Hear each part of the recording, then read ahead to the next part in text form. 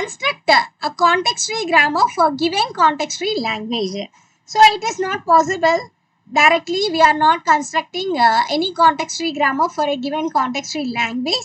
So simply what we have to do is, so first of all we have to construct an equivalent push-down automata. So an equivalent push-down automata, and from that we are going to construct the context-free grammar. So here a context-free language given is that a power n, b power m, a power n. So here it is says the both sides of b, whatever we have, that must be equal. So here on both sides of b I have a's. So now that a's must be equivalent. So we know, we think of logic first, then you are going to write your PDA. So what is the logic here? So I didn't consider about B's. So I consider only about A's. So whatever the A's I have before A, I need that many of A's after this B. So that is my constraint, right? That is my constraint. So according to that, I'm going to construct my push down automata. So now we all know, like, push down automata will consisting of 7 tuples, like your Q representation, sigma, lambda, and Q naught, and final state, and stack symbol and stack push down symbols. And last we have to show off by what method you are going to implement your push down automata, by null symbol. Okay, and then now you are going to construct the transition functions that equivalent in your push down automata. So now here the logic is, at Q naught state I am accepting A's, and whatever the A's I am having, everything I am going to push into my stack. At Q naught state, after some time I am getting B's. So after A is completed, it started B's is generated from state Q naught. So simply I don't do anything, means I didn't push or pop anything from stack. Simply I change my state to next state. So see here, I'm given a transactions like, so Q naught A Z naught. So simply I push into my stack will consisting A Z naught. So if I'm taking my input as A, my top of stack is also A. So simply I'm going to push. So simply I'm written Q naught AA. Okay. So what third rules will say, at Q naught, after finishing of A's, I'm getting B. So at my top of stack, I'm consisting A only. So at that time, I didn't do anything on my top of stack. So simply I can change my state to Q1. So from Q1 state, any number of B's I can accept, but I cannot do any action. It's simply like just acceptance. And after that, at Q1 state, again A's will start. Then I'm going to make an action. So what action I'm going to take? I can pop, right? I can pop all the A's with all A's which I'm going to read from Q1 state. So for that, at Q1 state, if my input is A and my top of stack is also A, so I'll be in a same state because I treat that is my final state. So at that state, what simply I'm going to do, I just remove my top of stack A. So because of that reason, I'm getting null here. And after completion of all my A's at Q1 state, my input is null and my top of stack I'm consisting Z naught. So that is a case that your push down automata is going to accept the given string. So now we'll be in a final state, and because I'm constructing push down automata by a null stack, so here I'm taking null. So otherwise you have to give Z naught here. You all know, right? And after that, so now PDA is ready. So now you have PDA is with you. So then you can take this PDA and construct an equivalent context-free grammar for a given context-free language, right? So here, so these are all my transactions, right? These are all my transactions. And now you can see what are the things you are going to push on stack. So I'm going to push small a because whenever I read A, I just push into my stack. So because of that reason, A is also my push stack symbol. So then Z naught is always available on your stack. You have to consider these two. So whenever I have 2, definitely I'm getting 4 combinations. By Q0 Q1 I am getting 4 combinations with A. By Q0 Q1 I am getting 4 combinations for Z0 for constructing the variables. So I start the construction of variables. So here you can see Q0 Z0 Q0 Q0 Z0 Q1 Q1 Z0 Q0 Q1 Z0 Q1. So now my second push down symbol is A. So I can consider that, and again I'm going to construct another 4 variables. So now that is Q0 A Q0, Q0 A Q1, Q1 A Q0, Q1 A Q1. So I already said depends on the stack push symbols and the number of states given for you, depends on that the number of variables is going to be constructed. So remember this. And after that, now we have to construct the starting variable production. So we know the starting variable says, now we have to construct the productions for your starting variable by using a rule 1. So what your rule 1 will say, you can write the transitions like state Z0, and you can include the states. A number of states is available in your push down automata. So in this problem also I have only 2 states Q0 Q1. Right, I have only 2 states Q0 Q1, and my initial state is Q0. So Q0, right, Q0 Z0 Q0, I have one combination. Okay, so Q0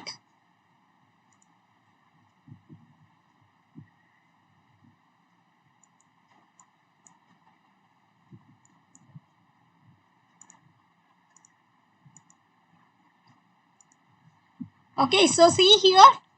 So I'm writing my starting production here, that is Q0 Z0, and how many states I have in this PDA? I have only 2 states, Q0 and Q1. So I can start with my initial state Q0. I'm taken my stack symbol is Z0, and I have written Q0 one time and Q1 as the second time. Okay, Q0 one time and Q1 as the second time. If you have one more state in your push down automata, and you can include one more production here also. So what is that? You can write down S tends to.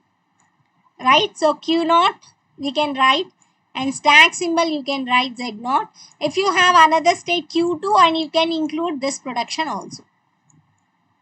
But here I have only 2 states Q0 and Q1, so I am including only 2. Okay, so see, and after that, and these productions is going to be reflected on your transition functions of your PDA. So you can take each and every transition function, and you can write down the equivalent context-free grammar productions. So my first transition function, so delta of Q0 A Z0 tends to Q0 A Z0. So this is going to apply rule 3. So why it is rule 3? Because on my right hand side I don't have a null. So what simply I have? I simply have variable and terminal combination on my right hand side. So whenever you have, what your third rule will say, right? You can take the state here. So whatever the state you have, you can take that state. So I can write the state for 4 times, because I have 2 variables on my right hand side. So if you have only one variable or one terminal, you can write only 2 times. So if you have 2, then you can write 4 times. So Q0, okay, you can take directly here Q0. And then what is your variable? Here Z0. So you can write Z0 also here. So Z0, Z0, so Z0, and then Z0. And then you can left this place. So because later you are going to fill this place, you just left this place, and then that tends to, so what is the input symbol you have? A here. So you can write down A. So input symbol, and after that you can make 2 combinations, because I have 2 on my right hand side. So here you can write down this state. So this is Q0, so I can write down for 4 times directly. So Q0,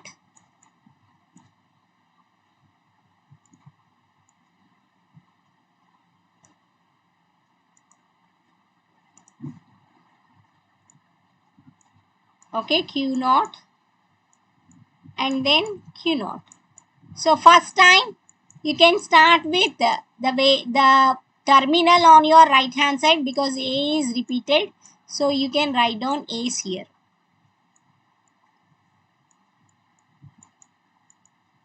And after that you can leave this place because this place and this place you are going to write later. So here you don't write any states. You directly write the second variable what we have, and here the given production, the second variable is Z naught. So I can directly include Z naughts here 4 times. So Z naught 4 times.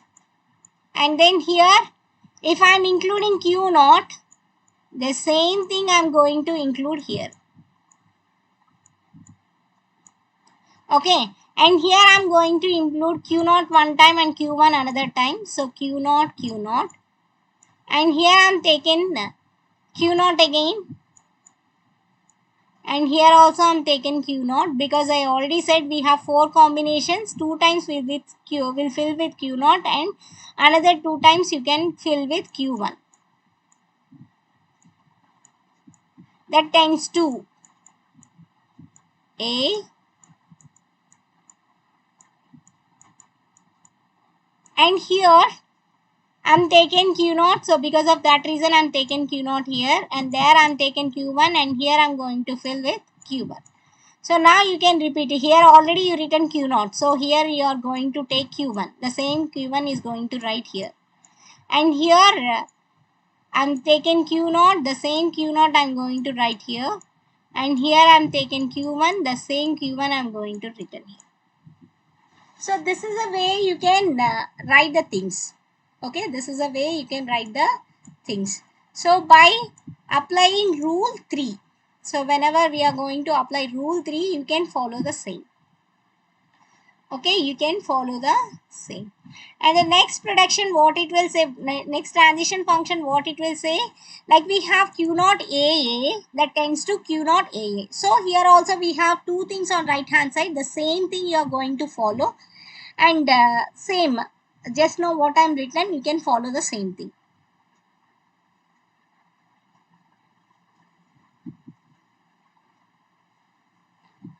And we can continue with the remaining things, like we have Q1 BA and then we have Q1.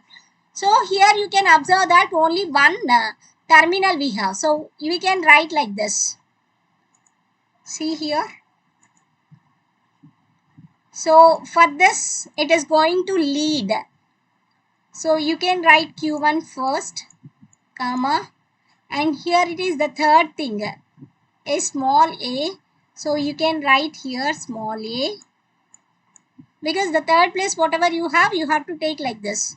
So then close this, and that going to derive on right hand side I have Q1, not Q naught, Q1, comma, I have only one variable. So now you are getting only 2 possibilities, right? Whenever you have Q1 you have only 2 possibilities.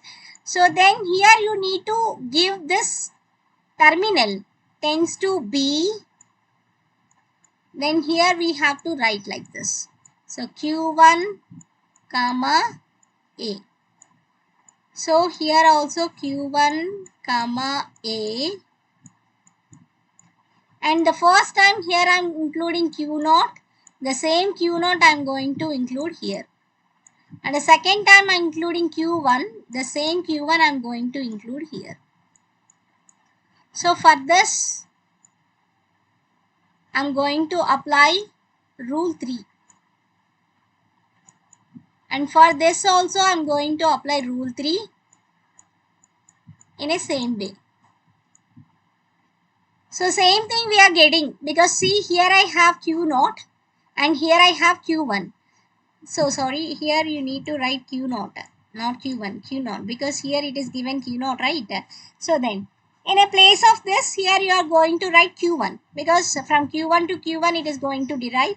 So you can write the same way for this transaction. And now we are finding the another two different types of transactions like QAA, Q1, null. So whenever we have a null, here we are going to apply rule 2. So what your rule 2 will say? So rule 2 can say, like, you can take the state given here. So what is the state we have? Q1, comma, and what is the variable here? Here I also have A, and then which state I am going to move? State Q1, that tends to. So what we have an input symbol A. So simply you can write A here. And for next for this transaction, so simply you can make Q1. So the same rule 2 is going to apply here also, because on right hand side I have null. So now my variable is Z0, and I am going to move the state Q1 that tends to. So what is a terminal I have? Null. So because of that I am writing null here. So this is a way how you are going to construct a context-free grammar for a given push-down automata and given context-free language.